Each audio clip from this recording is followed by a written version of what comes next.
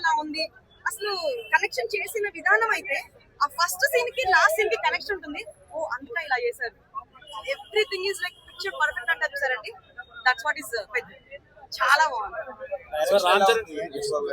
Direction అంటే sir second మూవీకి ఇంత పెద్ద మూవీ రావడం ఒక అదృష్టం. వచ్చిన మూవీని నిలబెట్టుకోవడం ఉంది చూసారా, అది బుచ్చిబాబు గారి హైలైట్. చాలా బాగా చేశారు. ఆ స్క్రీన్ ప్లే అంత ఈజీ కాదని, ఇంత పెద్ద కాస్ట్, ఇంత పెద్ద సినిమా. రిమైనింగ్ క్యారెక్టర్స్ ఎలా చేశారు? రిమైనింగ్ క్యారెక్టర్స్ అంటే అన్నికంటే ముఖ్యమైన చెప్పుకోవాల్సింది మాత్రం జగపతి బాబు గారండి. ఆయన ఎక్కడంటే శుభలగ్న సినిమాలో ఫ్యామిలీ మ్యాన్ గా చూసాము, తర్వాత అరవింద సమేతలో మంచి విలన్ గా చూసాము. దీంట్లో ఒక క్యారెక్టరిస్టిక్స్ అసలు గుర్తు కూడా పట్టలేము, అసలు లీనమైపోతారు. మనకు బాధేస్తుంటే జగపతి బాబు అని చూస్తుంటే అంత చక్కటి యాక్షన్ ఇన్వాల్వ్ అయిపోతారు. ఇంకా మిగతా అందరు కూడా అండి. ఏఆర్ రెహమాన్ గారి background score, A R Rahman background BGM ఉంది సార్. ఒక్కొక్క ఈ సీన్ లో అసలు అదిరిపోయింది. మన ఒకప్పటి ఏఆర్ రెహమాన్ ఇస్ బ్యాక్ అంతే. Janhvi Kapoor action towards and చాలా బాగుంటుంది.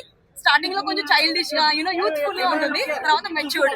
అండ్ మిర్జాపూర్ ఫేమ్ దివ్యాందు తన క్యారెక్టర్ చేశారు. దివ్యాందు రాంబుజ్జి క్యారెక్టర్ చేశారు, చాలా బాగా చేశారు. అంటే ఒక తెలుగు అబ్బాయే చేశాడా అన్న ఫీలింగ్ తెప్పించాడు. రీజనల్ గా చాలా బాగా వచ్చింది.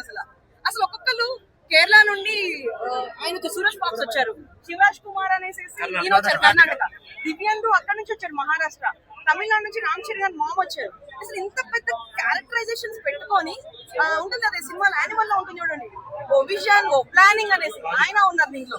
అసలు ఇంతమంది కాస్ట్ అందరు కూడా ఇంప్రెషన్ పెడతారండి మైండ్ లో అండ్ హార్ట్ లో.